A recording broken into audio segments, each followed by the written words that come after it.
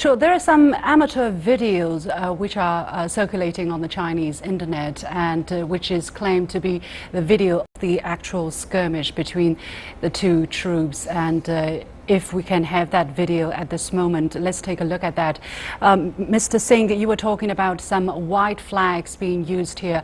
I don't actually think that we see any white flags. Actually, there are some red flags, or one red flag, if you look really carefully, that's being waved there, being held there.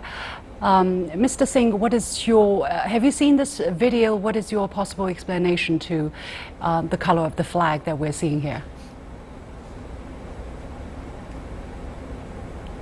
The video is not very authentic, but what we see and what any layman can analyze is very clear that the Chinese PLA is trying to show his kung fu skills by jumping from the top of the high land there and jumping over, and it has already injured 2 Indian armies that day. And also Chinese army were discovered with, rods there. So Indian has to just defend there. Now, if you see the ITBP, it was on the which side of the army? It was on the right side of the army. PLA was on the left side. So if you connect all the video footage, you find where kung fu comes from China, not from India.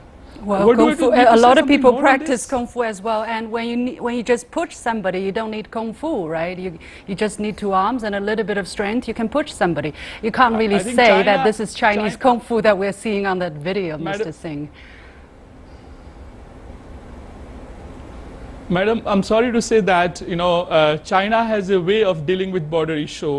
In 1969, when there was a problem with Russia on the Ussuri River, again, China resorts to jostling. Whatever videos you find on amateur videos, what you see is that Chinese soldiers and Indian soldiers, they say first word, everything is clear, everything is clear.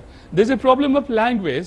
The 2 armies can't talk to each other. The English skill of Chinese PLA is not good enough to negotiate there. I think they should train some Hindi speakers or Indian language speakers. What about having the Indians speaking Chinese? Even some good in English will be fine. So, I feel shocked that for the views of my friend, my young friend, I think so taking such a biased view about the incident. First of all, I think I don't know on what ground you can refute on a video whether it is authentic or unauthentic. Secondly, I think you raised an issue that is unrelated to the conversation about the boundary disputes and the incident between China and the former Soviet Union.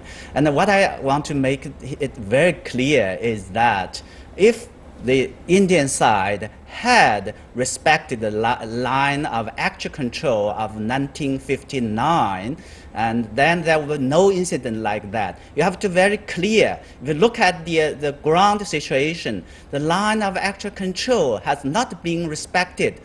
Line of actual LAC of 1959. And if India kept on doing like this, there will be more trouble, more incidents like that. We have enough incidents, and we have an incident that is at the Donglang, and I think just now you talked about apology. I think certainly the Indian side, your border troops owe an apology. More than that, I think the Chinese government has made it very clear a thorough investigation has to be made, and there will be actions that have to be taken. If you don't take people like you, keep on talking about that, keep on telling lies like that, there will be big trouble, not only for our border troops, for our boundary, but also for our 2 countries. Are you going to take responsibility like that?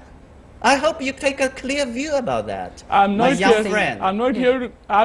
going to, excuse me, I'm not going to fight with you. No, I'm not. About the issue, we are civilians. We're not going to certainly fight. You are fighting. But this isn't a conversation. I mean, it should be a conversation based on facts, based on accepted rules. Okay, Mr. Singh, allow please me go to ahead. speak. Yes. Yeah, I would like to put my point very clear that if there's a problem between Indian Army and Chinese PLA, they have their mechanism to sort it out. We should not fight here in the TV studio for that issue, first thing. Second issue, if there's a misunderstanding and misperception about the line of actual control, that is the main issue between India and China. How can you claim that there's no problem? So what I find Mr. Ronging is that he has already set up his mind that all the problem is from Indian side. China has no responsibility. China has no problem with any other country. It has problem with 18 countries, 18 neighbors in South China Sea. It has problem with all the neighbors. It I has have no idea one where did you I would like to say that 18 members of countries along South China Sea. China never claimed. Just let me tell you which 18 countries they are.